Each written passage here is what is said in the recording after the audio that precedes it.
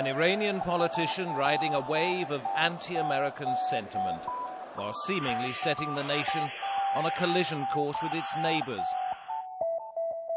One who enjoys the unwavering support of the influential supreme leader, and one whose democratic credentials and human rights records are questionable.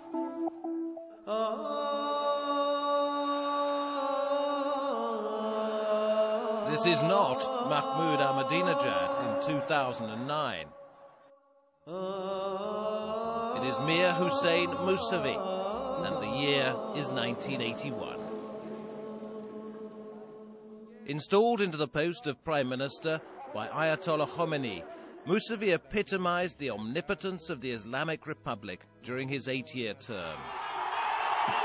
Now Mousavi, lauded by some as Iran's father of freedom,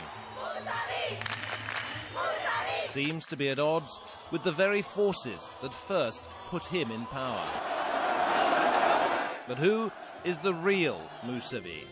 And can he succeed in uniting the Iranian people against President Ahmadinejad?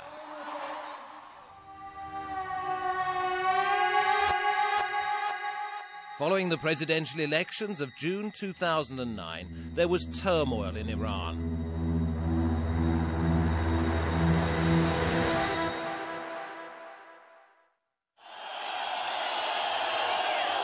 Official results gave the incumbent Mahmoud Ahmadinejad 63% of the vote.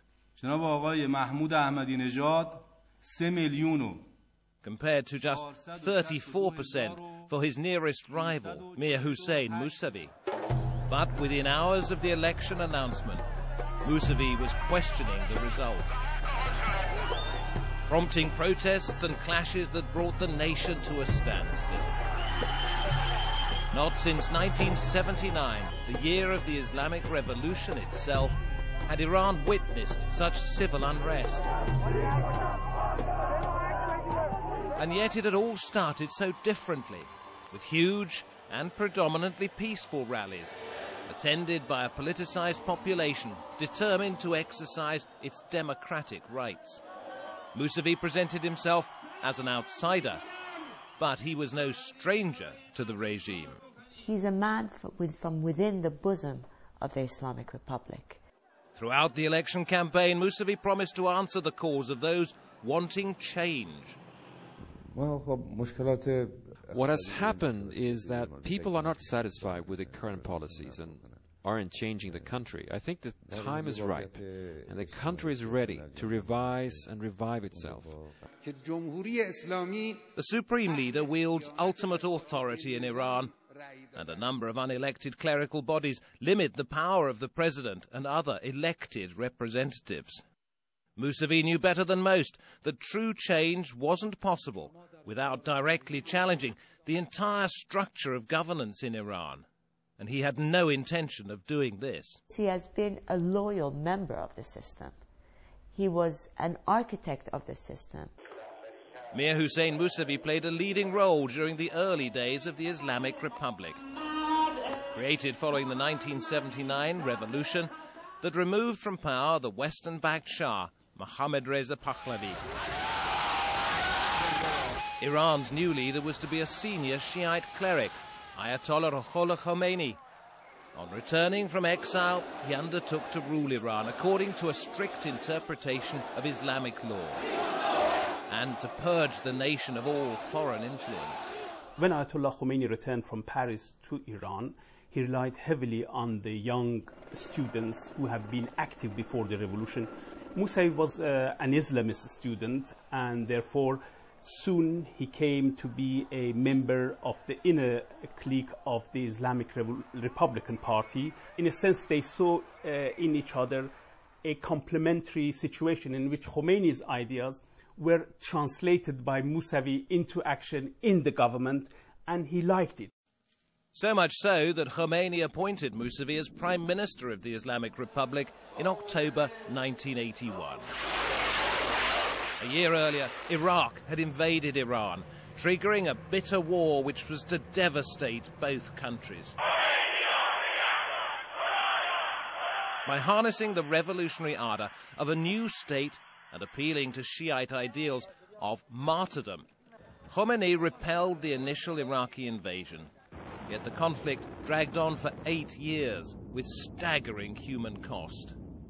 Mousavi was Iran's premier throughout, a loyal and trusted servant of the supreme leader Khomeini.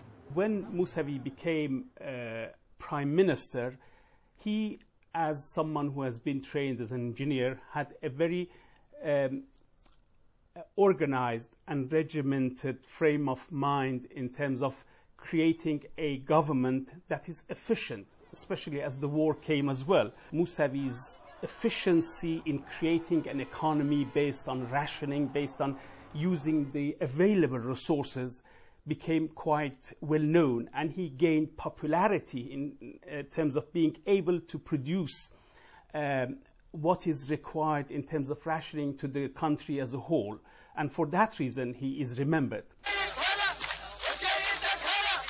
Yet even as the war raged, the Iranian authorities sought to export their revolutionary ideals to other countries in the region, beginning with Lebanon. Mousavi played a key role in implementing this policy. Ayatollah Khomeini appointed him on the council for the setup of Hezbollah, and he also was responsible, to the extent possible that it could be, of setting up the schemes where money, income from oil revenue would be diverted to use by Hezbollah. As the West became increasingly hostile to the Iranian regime through the 1980s, Mousavi remained loyal. A devout Muslim, he supported the controversial death sentence handed down by Ayatollah Khomeini to the British author Salman Rushdie for his novel The Satanic Verses. Mousavi followed Ayatollah Khomeini's line. There was no nuance, really, or nuanced differences with Ayatollah. And in domestic affairs too, Mousavi could be hardline, at the helm of a regime that tolerated no dissent.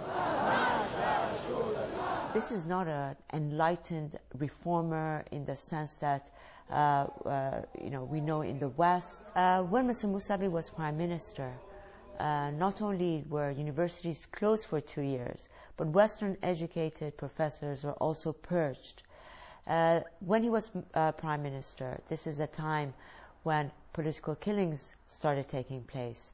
There were mass killings of opponents. On June the 4th, 1989, Khomeini died.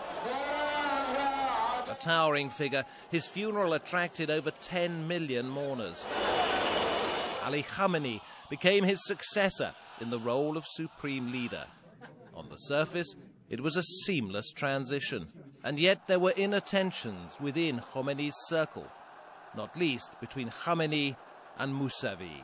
For despite being distant relatives from the same village in northwest Iran, they rarely saw eye to eye. Mousavi's relationship with Ayatollah Khamenei when he was prime minister and Ayatollah Khamenei was president was tense, because Ayatollah Khamenei, as it happened, was very close to the right of the political spectrum, while Mousavi was very close to the left. You have the two wings of the revolution still fighting it out. One that says that this is an Islamic republic with the emphasis on the republic, and the other saying this is with the emphasis on the Islamic. No longer enjoying Ayatollah Khomeini's protection, Mir Hussein Mousavi resigned as prime minister, a position that was simultaneously abolished in a constitutional amendment.